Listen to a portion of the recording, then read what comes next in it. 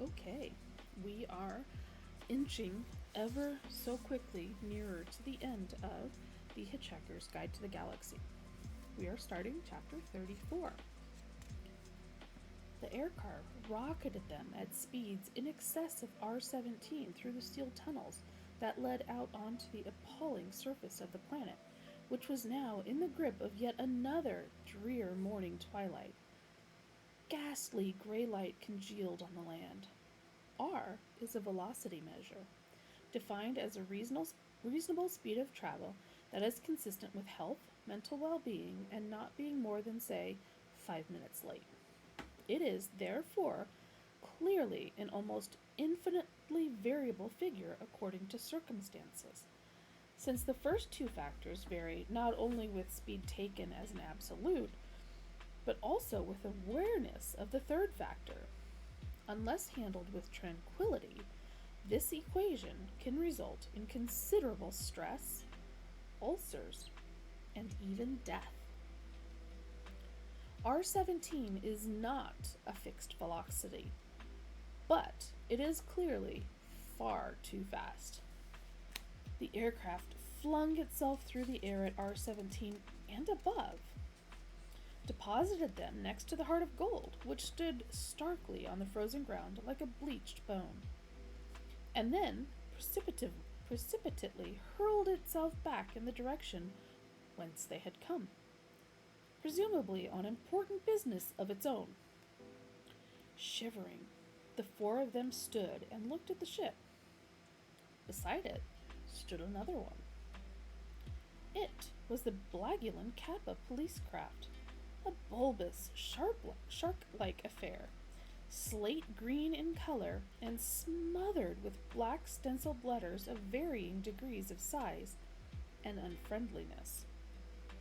The letters informed anyone who cared to read them as to where the ship was from, what section of the police it was assigned to, and where the power feeds should be connected. It seemed somehow unnaturally dark and silent, even for a ship whose two-man crew was at the moment lying asphyxiated in a smoke-filled chamber several miles beneath the ground. It is one of those curious things that is impossible to explain or define, but one can sense when a ship is completely dead. Ford could sense it, and found it most mysterious. A ship and two policemen seemed to have gone spontaneously dead. In his experience, the universe simply didn't work like that. The other three could sense it too, but they could sense the bitter cold even more, and hurried back into the Heart of Gold, suffering from an acute attack of no curiosity. Ford stayed and went to examine the Blagulan ship. As he walked, he nearly tripped over an inert steel figure laying face down in the cold dust. "Marvin!" he exclaimed. "What are you doing?" "Don't feel you have to take any notice of me, please," came a muffled drone. "But how are you, Metal Man?" said Ford. "Very depressed."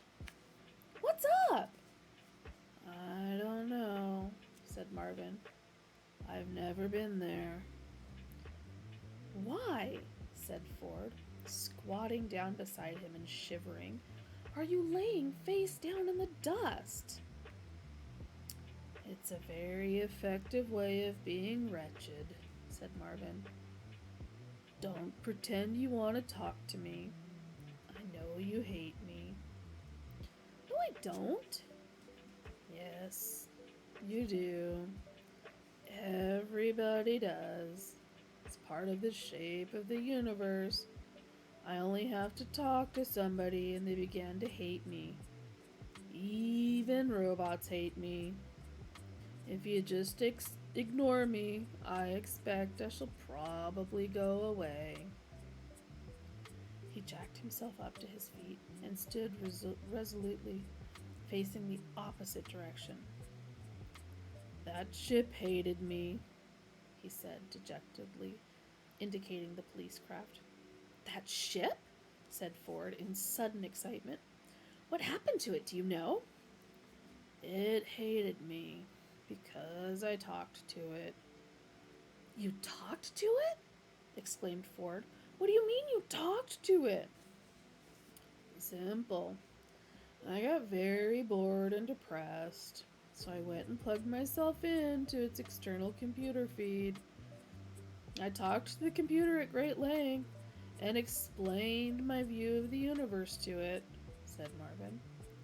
And then what happened? Pressed Ford.